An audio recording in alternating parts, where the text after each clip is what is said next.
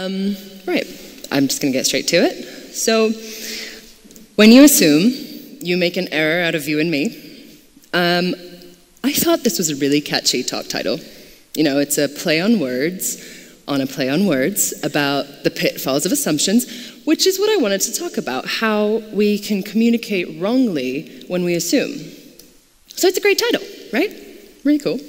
But it turns out that it's actually really not. It's a really bad title. Because what I've done is I've assumed that everybody listening to me speak and reading this title is, one, familiar with English to a high degree. We're talking first language levels here. And two, familiar with informal English phrases, such as, when you assume, you make an ass out of you and me. This is the phrase, guys, in case you didn't know it. But I'm really sorry I assumed that you knew. So let's just move on from that. Fortunately, there is a positive twist to this, because it's a great example of what I'm here to ask you to try and be aware of. So let's agree that anything I say from here on out can, and most definitely will, be applied to myself. There's a small caveat. There is a little asterisk that will show up when there is a flashing visual on the following slide, just as a trigger warning. So I'm Gabby. I work at the Financial Times. We are the world's leading news organization in business and economic affairs. I've been there for a couple of years now, and I've been very lucky to work in a company that values its culture very strongly, because it means that the people that work there care about the people that work there, and it's a great environment to learn and develop in. So I work specifically on a team called Origami. We are the FT's component library. And essentially, our work is geared at simplifying other people's work. And we try to be as accessible as possible in every sense of the word, because our main users are developers, but developers from various different backgrounds, developing various different FT products for various different FT customers.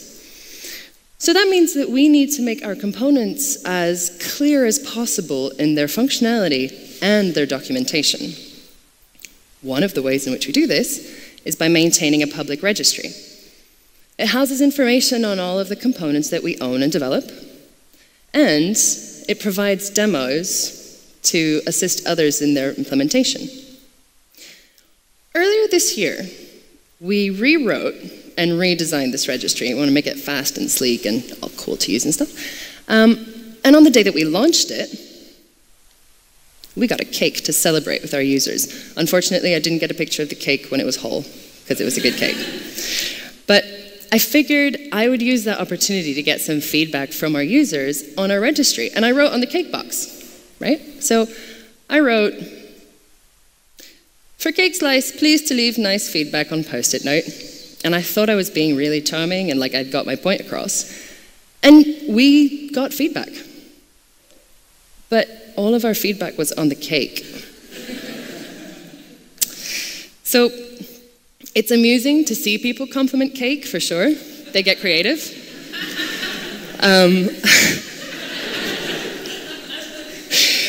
But because I made an assumption about what people knew, I didn't get the feedback that I had asked for. So we had been working on the registry for a while, and because of that, we knew why there was cake. Everybody else just saw, you know, delicious, chocolatey, and free cake. And that really complicates things for us, because what I really want to highlight is that it's very easy to forget that we don't know what others know, and that others don't know what we know. And at one point or another, we all make assumptions that we believe to be inoffensive. And because of what we don't know, these assumptions can be harmful to our interactions. So I'm going to talk about a few aspects of our industry where we may frequently make assumptions, starting with error messages.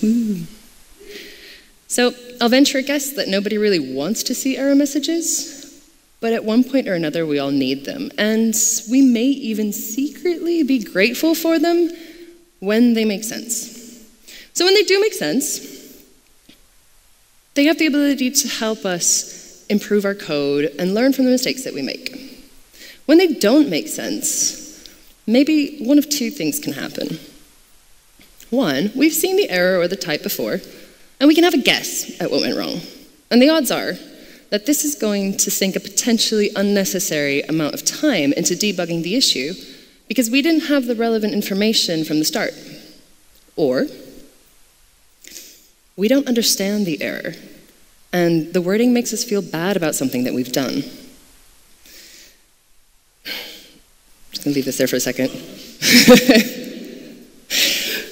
So we can feel like we don't know how the language works, and we can possibly feel embarrassed that we don't understand the error, or what we've done wrong, both of which do nothing for our drive to improve and learn, and it can be detrimental to our belief in our capability.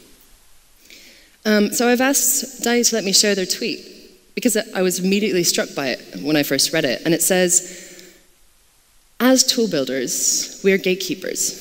Every time we print an incomprehensible error message, someone decides they're not good enough at coding. And even though I've been working in this industry for a few years, I come across error messages pretty frequently that make me feel like I have no idea what I'm doing. And they make my faith in what I think I understand pretty wobbly." So today, I want to focus on point number 2, when error messages make us feel bad. I want to highlight what I think are some of the problems in the way that error messages are communicated, and I've picked a few examples to illustrate my point. So try to consider what I'm saying as a blanket statement for error messages you might have seen out in the wild. So let's begin. Type error, undefined is not a function. The problem we've got here is ambiguity. To one extent or another, all of the error messages that I'm going to show you are ambiguous. They aren't specific about what has gone wrong. And this wording implies that we know where to start if we see this error. And while this might be true for some, we could all just be helped along if we knew what the context was. The message here is being ambiguous by not telling us what undefined is referencing.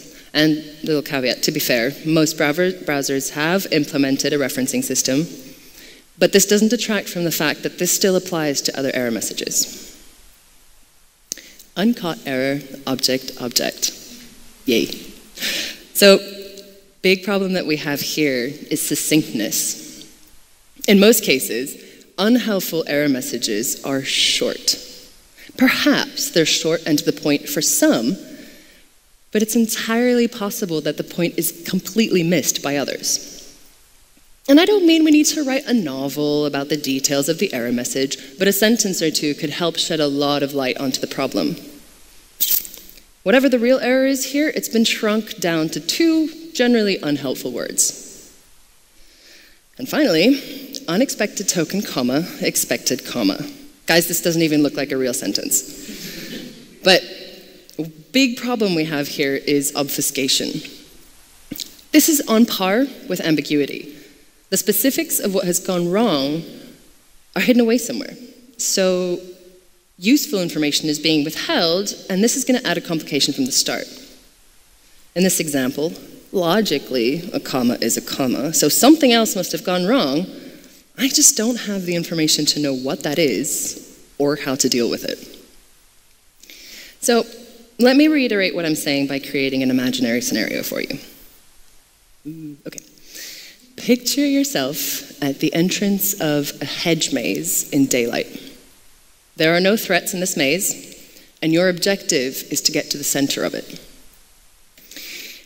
When you get lost, a mystical boulder will materialize with directions on it. So you step into the maze, and after a few right turns and a few wrong turns, you come to a fork. But you find that you've lost your sense of direction. Boom. Magical boulder has a sentence on it. And that sentence says, turn north. Yeah. So this is how I feel when I deal with an error message that I don't understand. So next time we write error messages, let's try to keep these things in mind. Context to counter ambiguity. Have we provided a connection between the problem and what is causing it? elaboration to counter, what was it that I said? Succinctness. Sorry, guys. Are we being sufficiently verbose? Have we provided relevant details about the problem? And finally, clarity to counter obfuscation. Overall, is our message clear? Have we surfaced all of the things that are important about the error in our explanation of it? I've raised these points to aid us in moving away from general assumptions that we can make about what our users understand, and this will allow our wording to be as inclusive as possible. But these points also apply to our documentation, which brings me to the README. READMEs are pretty crucial to our projects. They're often the single source of documentation that a user will come across. So what we say and how we choose to convey it is very important.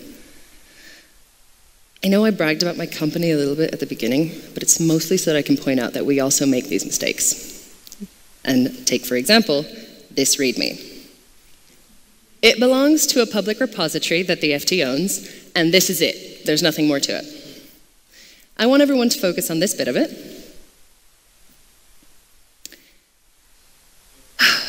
I have so many questions. So, what is this library? What's wrong with installing it globally? What package manager am I meant to use? What is NBT, or NBT5 for that matter? And why does it get its own patches? So, who is this even for? And first off, just because I work there and I know this README assumes that everyone knows where the library should be used. No context. It gives you a warning about installation, but no installation instructions, so there's no elaboration. And ultimately, there's no explicit explanation for what this library actually does, so there's no clarity either. And the fact is that this whole project assumes that you work for the FT. It assumes that you know what our workflow is like. It assumes that you know what our tools are, and is generally unhelpful. But while all of that may be true for the people that already work there, it's just not helpful for someone that may have just joined, for example. But after raising all of this in-house, we've changed it. So if you guys go looking for it, it's not going to look like this anymore. We've specified what this project is used for, and we've provided further information for anyone that might need it or might want it. And not only were our installation instructions vague, they were 2 years out of date. So we've elaborated and provided an explicit installation command. And we've provided clarity, so we've omitted abbreviations, and there's more information. Overall, we've been more explicit about the functionality of this project. So we've facilitated other people's use of it. I'm aware that there's a lot more that we should add to this README, but I don't have time, and it doesn't fit on one slide. So, even if we don't have time to go through everything right now, remembering to supply context, elaborate where relevant, and provide clarity will help us improve the way in which we write. But writing isn't the only way in which we communicate in this industry. We talk a lot too. Exhibit A. So, in addition to what we've covered so far, the next equally important point to consider is, who is your audience? And I can't stress this enough. Whom are we speaking to, and who are we writing for? Everybody in this audience exists in a different spectrum of experience and understanding.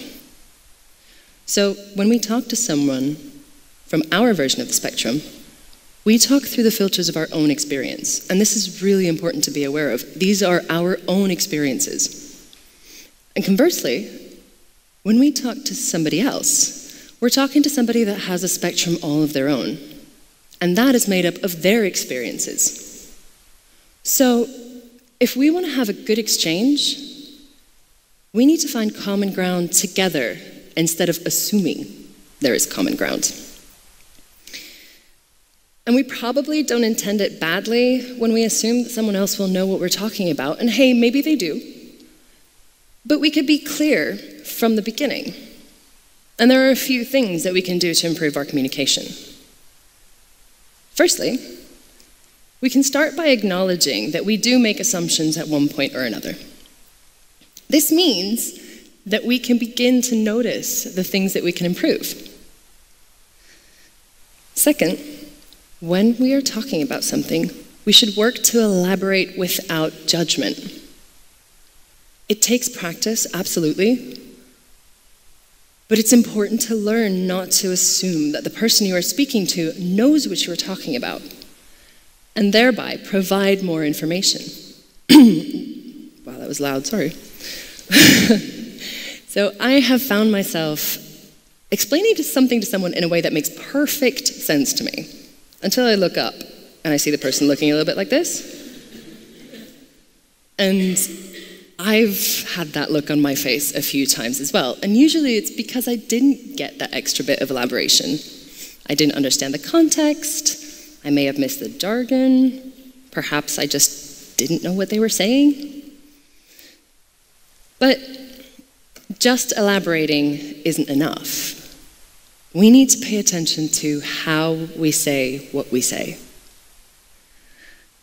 We understand the world through the words we use, through the words we hear, and through the words that we read. So consider that very carefully.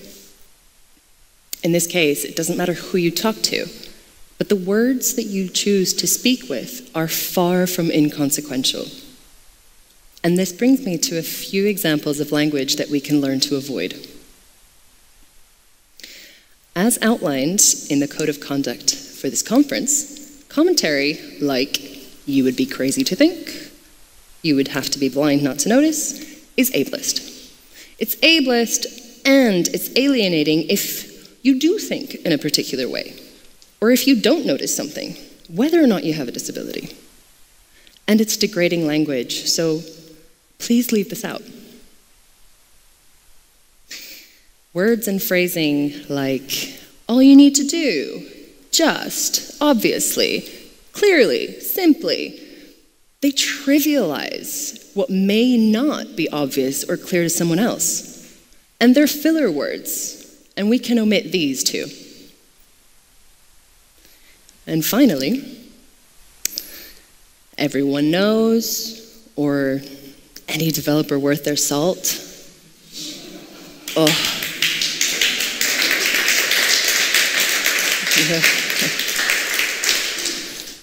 There are examples of crude generalizations that can be exclusionary. We've already covered the fact that we don't know what others know, and setting arbitrary benchmarks for someone's knowledge or worth is just destructive. So let's not use these either. Make sure that you give your interactions your full attention.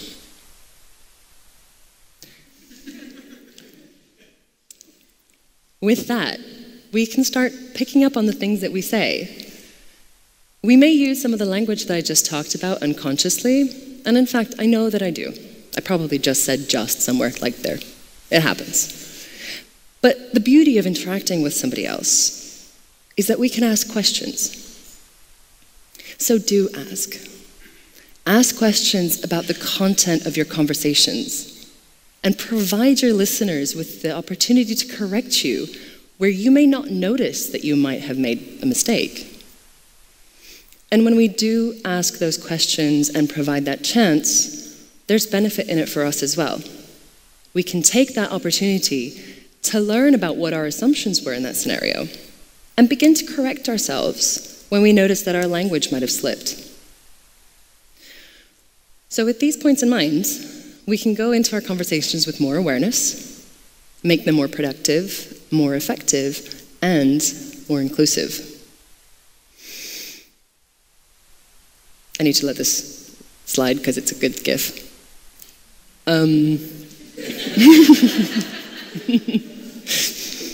So I'd like to stress that this is a learning process, and it takes practice, and we will probably make mistakes throughout that process. But it also doesn't cost you anything to practice, and you lose nothing by making the effort, unlike this cat. So if we practice acknowledging our assumptions, elaborating without judgment, asking questions, and paying attention to the words that we use, we'll benefit from richer and more constructive interactions going forward.